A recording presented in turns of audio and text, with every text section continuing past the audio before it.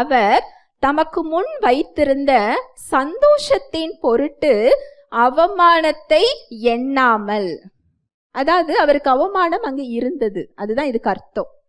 அவர் அவ்வளோ பெரிய ஸ்தானத்தை விட்டு இறங்கி வந்தது அவமானப்படுறதுக்கு தான் என்ன செஞ்சிருக்கிறார், வந்திருக்கிறார். ஒதுக்கப்படுறதற்கு, அவமானப்படுகிறதற்கு, நமக்கு பதில் மரணத்தை ஏற்றுக்கொள்வதற்கு, புறக்கணிக்கப்படுவதற்கு, அசட்டை பண்ணப்படுவதற்கு, ஆக்கினைகளை ஏற்றுக்கொள்வதற்கு, அதற்காகவே தான் அவர் இறங்கி என்ன செய்தார், வந்தார்.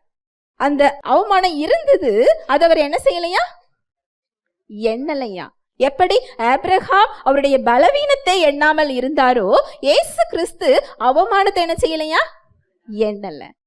எண்ணாமல் அவருக்கு முன்னாடி இருந்த சந்தோஷத்தை அவர் எண்ணினார். என்ன சந்தோஷம்?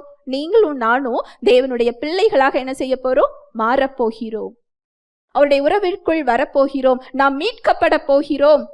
இத அங்க இயேசு கிறிஸ்து உயர்த்தி பார்க்கிறார். ஹல்லேலூயா, பிரைஸ் தி லார்ட்.